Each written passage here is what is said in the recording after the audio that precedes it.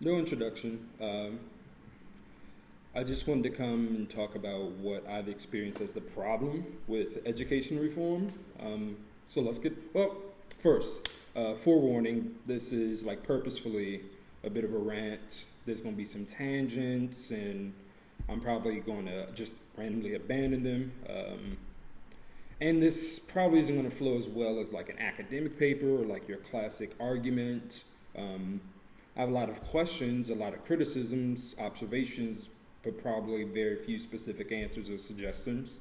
But that's because this isn't really about finding the right or perfect answer. It's much more about finding a way to stop what I see as wrong, and just encourage everyone, us, myself, to try something else.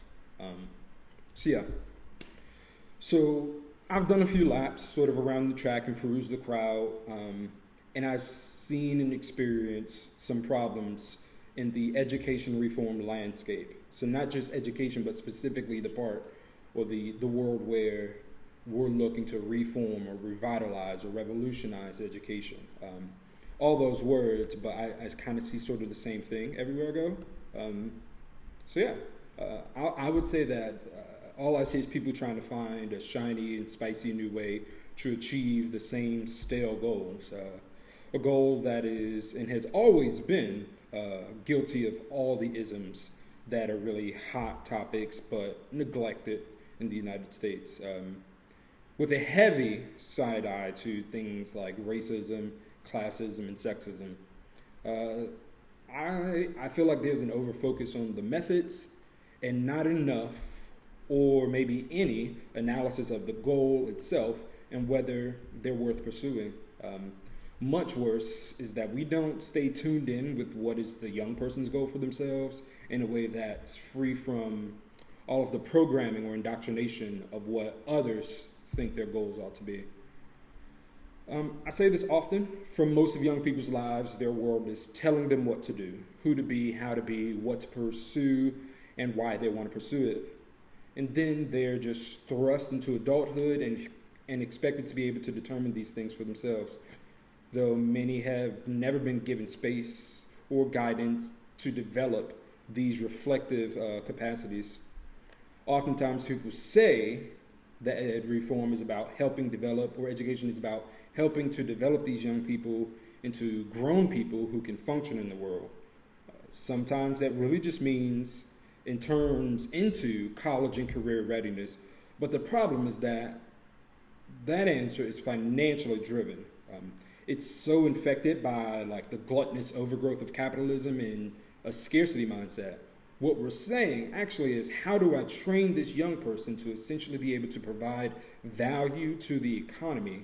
How do I ensure my kid can compete for one of the few spots that allows them to, what, live some version of the American dream? Is that what adulthood is? Or are we just trying to make sure our kid isn't the one who has a low status minimum wage job? I see the dialogue about prepping our kids for the workforce as so much more about creating a complacent and complicit middle and working class that supports and perpetuates the pyramid scheme of our society. The lower tiers support the lifestyles of those at the top. And even if it's about being a functional adult, it needs to be acknowledged that the definition of functioning is widely variable. It's a moving target. It's impacted by the time we're in, the space that you're in. Everyone doesn't have the same level of functionality demanded of them from their environment. So what is functional for one person as an adult in one space becomes dysfunctional or under-functioning in another space. It's also necessary to face the fact that no one actually knows what specific hard skills will actually be necessary in the future. Rather than only teaching young people to accept and operate in the flawed world they've been handed, or more commonly, the world that we grew up in, the past world, or what will become their past, what if we empowered them to reinvent the world they're presented with? What if we gave them the tools to create and mold the future? A few people are able to do this, and so they profit off of being the early bird, the few privileged folks. Those people that are unfortunately sort of caught up in just trying to survive and make it in the world, the world that is or the world that was, they get left behind. They risk becoming dysfunctional or obsolete in this new world that other people create. At the very least, they concede to get a portion of the proceeds they generate for those who have inherited, or more accurately, taken the earth. Also, can we acknowledge how much of our child rearing is actually just informed by our own trauma and our own inadequacies and unmet needs? I mean, aren't we really just trying to vicariously amend our own past through our progeny? Maybe, I don't know. When will we really empower young people to hear their inner voice and forge their own paths towards life satisfaction? What about making sure it's done with the mantra of do no harm? We have to get away from slapping a new coat of paint on education. We have to stop falling for the new acronyms, the buzzwords, new technology, and any trendy techniques that are used to get us reinvested in the same old game of winners and losers under the delusion that now we have some better chances than we had before. We really have to reassess the goals we set for young people's lives and consider whether it's our place to do so and to what extent. How do we regulate or minimize our control and authority and start to develop their agency? Education reform has become so much about a dazzling new way to approach things, but the same thing. And I'm saying that that goal, that pursuit needs to change. What we're after needs to change, because right now what I see is that being pushed on young people and it being about what's good for the economy, what's good for the rich. And I don't think that leads to life satisfaction. So another sort of thread is that there's this notion that every 8 or every 11 or every 14-year-old ought to be at about the same level of proficiency when it comes to mathematics or reading or writing or just any other academic trivial subject or category. And I think maybe as adults, sure, there's some actual general baseline of aptitude that serves us well to all have, but then when in the history of humanity has that ever been the case? When have we actually ever fulfilled that?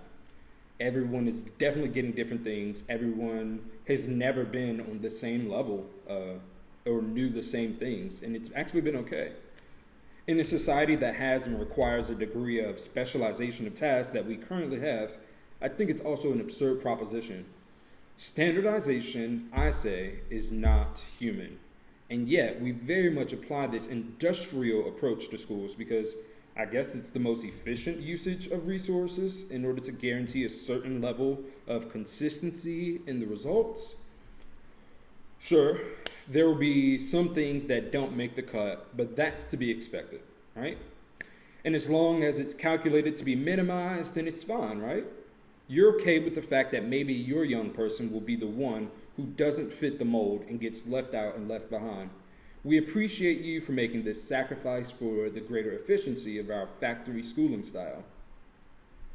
That's just what happens with standardization. Some things can fit, other things don't, and they get left by the wayside. But they're trying to improve and heighten efficiency. And I'm just thinking, but our kids aren't products. They're not car parts. They're not iPods. So the extent to which we've allowed ourselves to codify, track, judge, and value the process of human development is really outrageous. We've made everything into a competition, and we paint it as a dire situation when someone isn't performing at the level that someone else is, all to make sure that they also continue to try to meet that standard. It's so much, I think, like the diamond industry. We've completely manufactured an achievement gap and convinced people that it must be closed. And for what? What's the risk? The risk, I think, is falling to the bottom, maybe, of the social hierarchy, and no one wants to do that. So we've made sure to continue to hoard resources and opportunities to make sure that the demand stays high. We need people to keep trying for those few positions, and at the same time, there's just not enough spaces for everybody. And the way we gatekeep, the way we eliminate people is by creating a mold and forcing people to make that mold. Some people don't fit the mold and it turns out well for them. Some people fit the mold and they suffer for it. Some people don't fit the mold and they also suffer for it. And I think it's time to just get rid of that. Everybody is not the same. Everybody's not going to grow, develop, and learn the same things at the same rate. And I understand maybe how this became a pursuit in the name of equity and equality at one point. However, I think we've gone too far. I think we've made a mistake or overcorrected. What we've forgotten, maybe we never realized it because we are also indoctrinated and miseducated. We've forgotten how very new and recent all these educational paradigms and conventions even are. It's a very new thing in the history of humanity for literacy to be so widespread. And that's not a bad thing that more people are reading than ever before, but I think it's not the best thing to pretend like it's always been this way, and then any deviation from it is sin. Taking 1 or 3 years longer to read at a certain level becomes a major cause for concern. And for what? We idolize a very specific method of communication and then use it as a means to judge and cast down. It's become a tool for gatekeeping, actually. Gatekeeping the master's house, I would say, and to determine who's worthy to ascend. We've really bought into that game. We also forget how new the very concept of a formal and comprehensive education system for all people is. Most of humanity has been without formal education systems far longer than we've been with it. We expect everyone to rapidly acclimate to this way of life that is new and evolving and frankly just not always natural or healthy for us. Reports readily talk about how laptops or smartphones are changing our brains and aren't good or matched for our evolutionary biology. There seems to be hesitation to apply that same way of thinking to conventional schools. I mean, imagine if we just went back in time to like the 1700s and mentioned to the indigenous people of this landmass of North America, if we mentioned to them the idea of a 6-year-old sitting still and only focusing on the voice of one person or, ink spread out and organized on a page, if we made them focus for hours at a time every day, I imagine those people would find that expectation a bit ludicrous. They might even say to do that to a young person is cruel. Maybe even they'd call it barbaric. But I want to be clear. Surely a person ought to become informed of how to exist and operate in their given society. Obviously, yes. But I also believe that that's a very basic drive in humans. It's part of our need to survive, and it's a part of surviving. It hardly calls for all the amount of explicit instruction we try to force upon young people. Furthermore, imagine if we just also empower them to change society and to commit to the work of improving the human condition. So yes, understand the world that they've been birthed into, understand the society and the way it works, but not just accept that that's the way it works. If there's something wrong with it, which we're human, there always will be, empowering them, giving them the tools and the self-efficacy to be able to address those issues. So back to education reform. I might have sort of left off from that. What's up also with people wanting to do these school franchises? I personally don't get it. It's an honest question. Let me know. I don't really understand. It's a bit weird to me. I think it's very reminiscent of imperialism, capitalism, colonialism, and the Protestant proselytizing veneer that people have covered those other things with. Like, at this point, I've met so many people who want to start a school or something, and that's great, wonderful, for the most part. But then it's not just the one school they want to start, but they want to go, people tend to want to do, several, or franchise it and have it spread out. And I don't really get that notion. I mean, that's not a desire that I have, and I'm fine with other people having desires different than me. But I think I just don't understand that need outside of this context of, like I said, capitalism, imperialism, and just learning that way of being from, I think, what is a Eurocentric framework that we can sometimes operate in and think about our great ideas that we ought to spread them. So anyways, it brings me to this wondering or this thought, if you want to be and you enjoy being a guide or mentor, coach, facilitator, teacher for young people, that's great. If that's the work you want to do, phenomenal, do that. Or you might be the type of person who wants to help and serve the great people in this world who do feel called to do that work. One of these you can go do tomorrow. You can do it with your neighbor, sister, soror, frat, brother, pastor, friends, kids. Like, you can go do that easily. Or you can, go to a foster home or become a foster parent or a homeless shelter. I mean, there's so many kids out there who want and need a caring adult in their life to provide guidance and support. But if your actual desire is to help provide the infrastructure and support for those awesome and gifted people who are doing that divine work, then that's another thing. It's necessary, and we need the help. We really do. But let's be more clear about our language and our intent. Because this whole, I want to start and run a school thing can be an inaccurate conclusion that people often come to. And full disclosure, I've been guilty of it for sure. I think the conventional school leadership style is very top-down, with the top consisting of people who aren't presently engaged in the actual work, but they're making decisions for and giving instructions to those great people who are doing that work.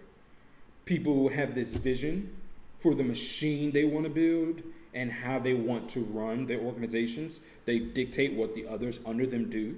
They tell the frontline educators what and how to perform their passions and what is meaningful for them.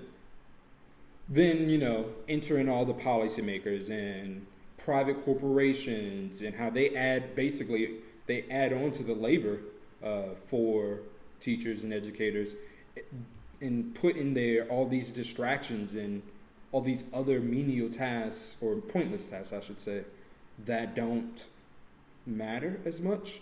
And really, it's just additional work that is used to later justify and validate their, money-grabbing hands being involved in that process. An example being, the tests or quizzes or the certain assessments that are used to see if students are performing well, and then what the teachers have to instruct the students on is also handed and dictated by the people who are doing the assessment. So it's like it's a cycle that feeds itself, when actually, what if you just let that educator go? Like, what if you just let them mentor, teach, facilitate the way that is natural and good and in their heart? I don't know. I don't know anything. I think we need to recalibrate, though, how we view and understand the role of a school leader or a principal. Educator support positions should be just that. The principals, the administration, the office staff, whatever we're calling them, they're all ultimately there to support and empower the educator. And ultimately, the educator is there to support the young person. So I think the support folks ought to be helping the teachers perform their magic and doing everything they can to make sure that what they're doing is happening. Keeping the show running. The educator, their minds need to be freed up, and their talents and energies need to be freed up to do what they do best. And I think we need to get out of these people's way. But no, our educators, God bless them, unfortunately, they've become victims of and agents for the machine. They're used to execute the will of our oppressive all-fathers. We've gone astray, or we've run afoul or whatever, and that we've corporatized the rearing of youth. We're in this sort of routine, and we can't seem to break ourselves out of it. Our educators are actually just, soldiers on the front line who they're drawn to the work because they have a passion and a skill in them, but so many other people are now dictating what they ought to do because, it lines their pockets, let's be honest. Where was I? We get into this cycle. It's like this routine. We procreate, and then we give our offspring to the government for large amounts of time. And we allow these government entities to execute their own will and put in their own programming for its own benefit. Sure, yes, the government is supposed to be operated by and for the people, so you would expect it should only ever be doing what we want it to do. And yet, it seems like it's a great chore to get change to happen.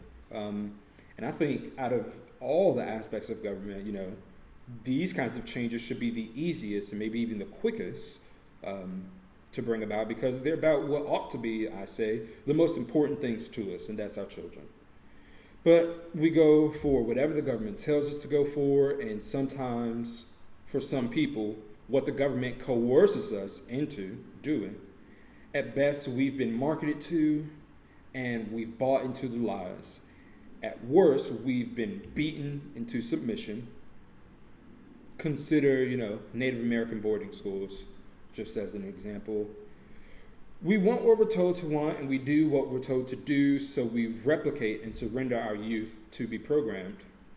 And the ones that don't get eliminated, the minds that take in the agenda, they go out into the world.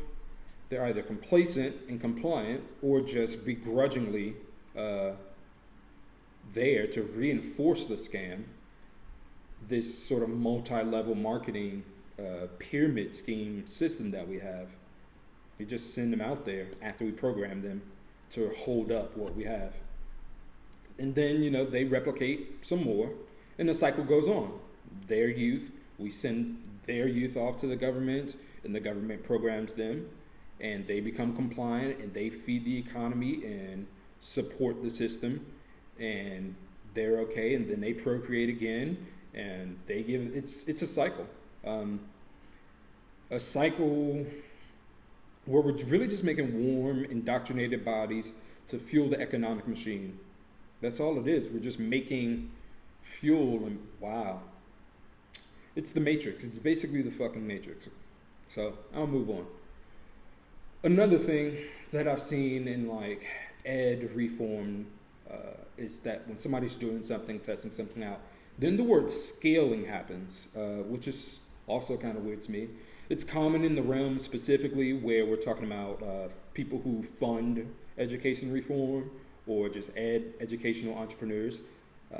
They ask, how do we replicate this success throughout the market? How do we isolate and distill the key components and take it to some other populace, run it, and get the same results? How do we do this bigger and more? My answer is always, why? I know the appeal for some people as it relates to a for-profit entity, but for raising kids are different. They're all different, and they all require different things. You can't standardize and scale child rearing. At least that's my opinion. A part of the methodology also is that commonly gets overlooked is embedded very deeply into the unique context of how it's actually being done. It's based on the people there, the social dynamics that emerge from the characteristics of their environment and the dynamics that emerge from just the interactions of the personhood of the people that are involved, the setting, the time. All of these things affect and impact the results you get. So I think the desire to standardize and to scale things is silly. For that reason and for all the reasons I mentioned before, just why? You're not going to get the same results. But also, they're children, they're not products, they're not vehicles. Everybody's going to perform differently. I don't know. It's all really, it makes me think more of just how everything is industrialized. And I think something ought to be done about it. We ought to be done with it. Sure, you can learn from other people, yes. An educator in Nevada can learn from an educator in South Carolina and South Dakota and, Spain and Costa Rica and Portugal. Like, we can all learn from each other, yes, and we ought to. But you take that sauce and you have to make it your own. You might need to add something to yours. You might have to take some stuff out. Maybe you don't and won't have all the same ingredients that the next person has. Results may vary. In fact, I think results should vary because, again, different people, different space, different time, different resources. And if you're not, and this is the thing when we get into the so-called academic achievement gap, this notion that we are going to standardize what we put in, or some of what we put in, and hope for a standardized sort of result and consistent results across the board, it's highly problematic and dangerous because of how the participants might internalize the cause for not getting the same results. When in actuality, we're not standardizing our input. It's more than just the setting of the classroom and the behavior management techniques and the curriculum. What about the food that's been eaten that morning, the afternoon? What about the quality of sleep that a person has gotten the night before? If you can't standardize all the things in the person's life, then you certainly can't standardize the output you get in the classroom. And I think to try to do so, I say that the players involved know what they're doing. But in attempting to do so, and then when a problem arises or people aren't meeting the mark, it creates this cycle of improvement. Okay, let's try something else. Oh, that's not working. Let's try something else. Let's scale that. Let's standardize that. Let's take that to market and apply it in a bunch of different places. That's not working either. There's still folks always being left behind. And it's intended that way because we're not actually looking at the things that really ought to be changed and impacted. But again, back out of that, and I'm still much of a person saying that this notion of standardizing this whole thing is just wrong. It's unnecessary. And even then, our goals need to be reassessed. We're not making the changes where it really needs to happen, We're not looking at why we're doing what we're doing and asking ourselves, is it really necessary? And more importantly, the young people, what about what they want, or what about what they're into? What about what's good for them? So there's just so much that's not right with how we do schooling and education. So often we're trying to fix something, but we're really just modifying the branding, or we're switching out for a new gimmick, changing the paint, if you will. But what I think is being neglected, again, is the need to deeply reevaluate what our aims are and why. Furthermore, we need to reassess the degree to which we, as the adults, with the power of our responsibility, we need to reassess the degree to which we ought to be answering these questions in the first place. So, backing out of that even more, it's like, so what do we do? And I like to start with just like, what are we even doing, quite actually, and why? Why do we send our kids to school in the first place? And this, I don't know, this may be too down the rabbit hole, or like, a very head-ass, overly intellectualized conversation, but here's how I think about it. We make these little humans, for some reason, God help us, but we decide to create or become the guardian of these little humans. And for a portion of the day, you need someone to supervise them because, this little beautiful terror that we have next to us that looks like us. For whatever reason, whatever we go and do during the day, maybe the work you do or just like how you spend your time, it's not conducive to have the young person you're taking care of with you the whole time. So who do you have take care of them? What do you do with them? Well, there's a lot of options, right? There's a lot of different options with a lot of different features and a lot of different promises. Most, at least, provide supervision, safety, basic needs, food, water, shelter. And then a lot of places also throw in all kinds of enrichment. I'll call it that. Just different activities, lessons, things to stimulate the young people, things to keep them occupied, something to fuel their development, maybe just something to exhaust their energy by the end of the day. Some of these places actually promise to install a certain amount of knowledge and skills that could become quite useful in the future. They promise to install that into the young people with their enrichment. Other places just promise a kind of space where certain values and ideals are upheld. Whatever. There's a full range of places to send your young person for supervision and enrichment. All right. So you send off your little dependent off to your enrichment center. Maybe the cost of operating that space is covered by your taxes. Maybe it's covered by your own funds. Maybe you pay additional money, pay out of pocket, whatever. And that's what we're doing, right? That's what a school is. Essentially, if you really boil it down, it's a place where, for a period of time, your young person is being supervised and stimulated and entertained or whatever. They're providing enrichment. I really like that word. While for the period of time that you can't supervise them and you can't be with them for whatever reason. Okay, that's really what we're talking about. I think. But then when do you stop sending them to this enrichment center? I get it. You need someone to watch the kid. This place watches your kid and then also teaches them how to read. Or this place, watches your kid and improves their gymnastic and be whatever. The point is they're also watching your kid. That's the primary thing. But when do you stop sending them there? Is it when they no longer require the supervision? Maybe.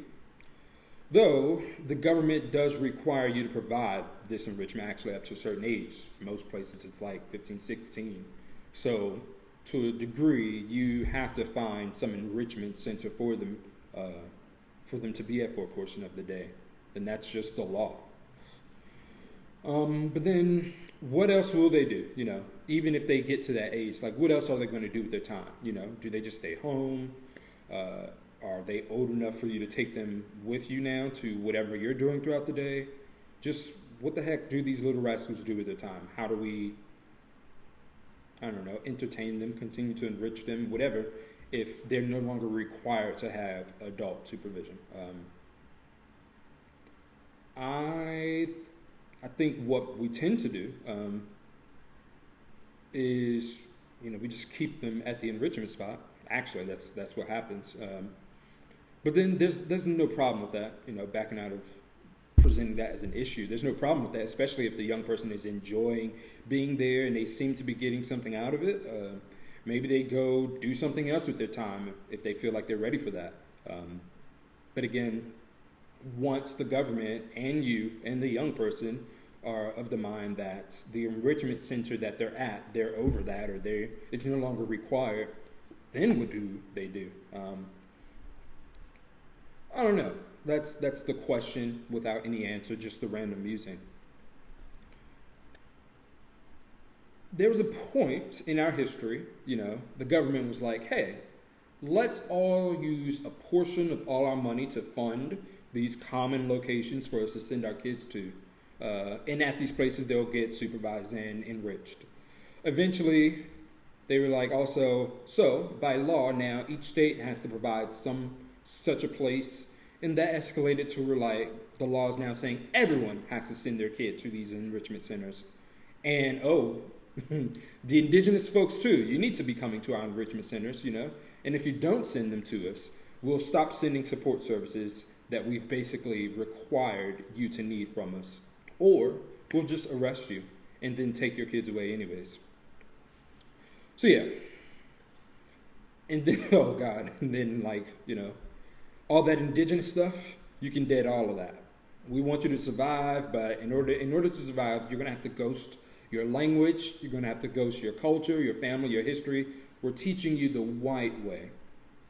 Anyway, so everyone has to send their kids to our enrichment factories, or an enrichment factories. We'll separate them out because we don't want some people with the others. They'll bring down the quality. I'm sure you know. But then, some people are even then like, even when they're mixed together, or even before they were mixed together, some people are like, we don't want our aristocratic or Christian kids to get this secular, like, basic bitch enrichment. So those people found some children supervisors who would provide a more classy Jesus enrichment. For the common folks, they had to surrender their youth to the common enrichment center and receive basic, whatever the government saw fit to deliver enrichment. I'm going to stop saying the word. I've said it too many times. So if the government feels like they need more engineers, well, they start providing engineering education. If they feel like they need more scientists or computer programmers, that's what they provide in the schools. If they feel like we need more tradesmen, then they provide more of that. If just any sort of menial task, they'll provide that too. Basically, whatever the government and the economy feels like will become more necessary in the future. That tends to be how the education and schooling systems tend to lean with their focuses.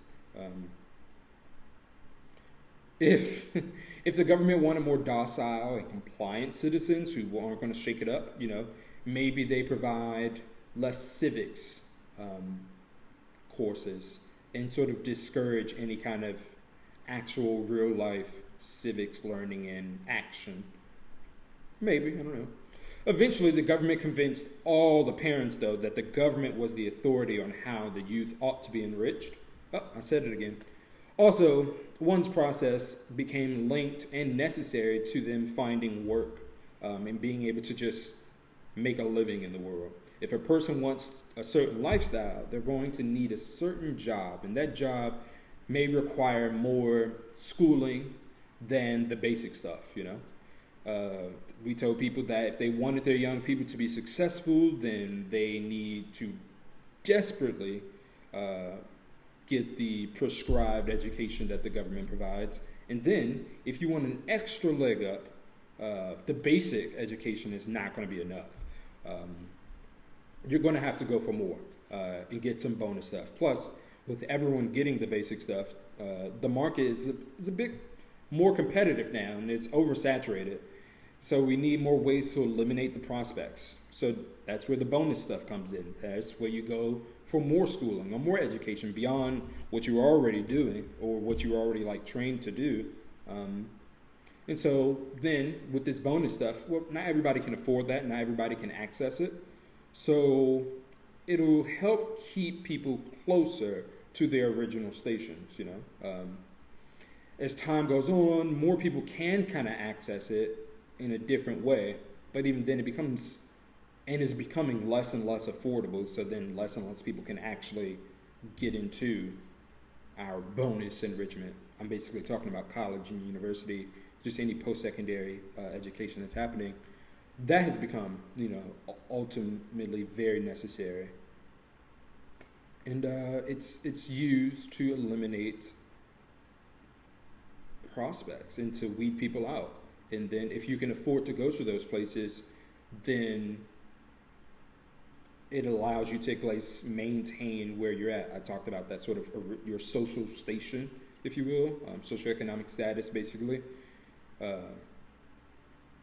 I'm sorry, I'm getting distracted because it's a sucky and terrible situation that we're all in, and yet this is the way the world is, unfortunately. Either way, it keeps you, for the most part, where you are. Social mobility is the carrot in front of you, but also is the lie.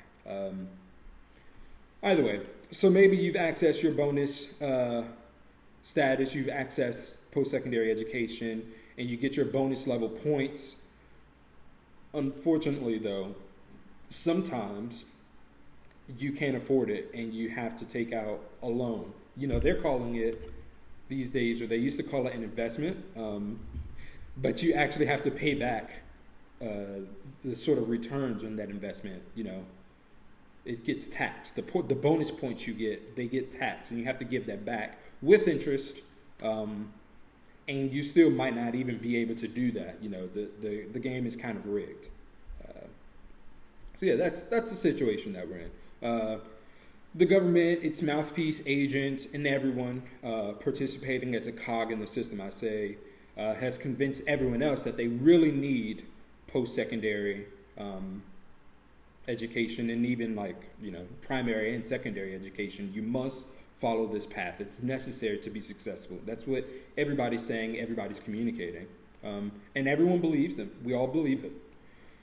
There's this scarcity mixed in as well. So now everyone's also competing and fighting to get one of the few spots that exist up the ladder, up the pyramid. The government has come up with several ways to help citizens know how ready they are for this bonus enrichment for college and university or trade school. And it also helps them, know if our preparation is better than other people's, if we're more ready for a specific status than other people. That's what they've created for us so that we can know and compete that way. But all it does is create stress, because then we worry ultimately, and we're all just worried that there won't be enough room for us. There won't be a way for me to survive and to make a living and maybe, be satisfied and happy in the future. And ultimately, there's a few spots, and I have to compete against the next person. And that trickles down all the way to how we're doing schooling now. It's all a competition because there's few spots. And we make a game and a sport, a spectator sport even, out of who is at an advantage, who is most likely to succeed. And we compare the stats and judge that, and in that deficit between where you are or where the young person is and where the next young person is and where they ought to be, we create this gap so that people will continue to aspire and work towards something higher in the sort of social hierarchy. And in pursuing those higher levels, you also reinforce that system, and you also hold up and support those at the top. So in pursuit of the thing, you validate the thing. I hope that makes sense. It's so much like a pyramid scheme. Either way, backing out of that, right now we perpetuate and allow a government system that mandates we give them our children, and we let them dictate how our children are to develop. And we've been tricked into being co-conspirators so that we bow to and support the agenda of our market-based government without considering ever, without prioritizing, without being concerned with ever if the government really knows what's best for our young people, and if they really have our young people's best interests at heart, and just what our young people want for themselves and what they will eventually be able to do for themselves in their own knowledge. That's the rut that we're in, and I think it's time to change that. I've done some research, some thinking and reading, and it seems to me maybe the first step to gutting the system is demanding a change from our school board members, our superintendents, and anybody maybe even above them who's dictating the policy and dictating what schools ought to be doing. I wonder what would it be like if we let them know that some of us don't want what they're putting on the menu. It's all funded by our tax money, right? So we ought to have a right to determine what the goals of our enrichment centers are. How many people, I wonder, would it take to get this to happen? What's the critical mass of people who can say, you know what, yeah, I have to send my kid to this place, and our taxes we're all collectively sharing the cost, of operating these places that supervise our kids and gives them, certain skills and knowledge and experiences, we're all sharing that cost. But what they're doing and how they're doing it, what they're doing it for, is not aligned with our values. How many people do we need to say that in order for truly different options to become available? Not just the same car with red paint, but what if there was some other way, some other transportation mechanism, vehicle, if you will? How many people need to speak up? How many people need to sign a petition? How many people need to call their legislator? How many people need to protest or email the people who can make these changes in order for it to happen? I don't know. I don't know. I don't have the answers. I just have a lot of questions and a lot of criticisms. And ultimately, I think the way we are reforming or attempting to reform education is actually just part of the game that we've been caught up in. And it's a problem that we need to change.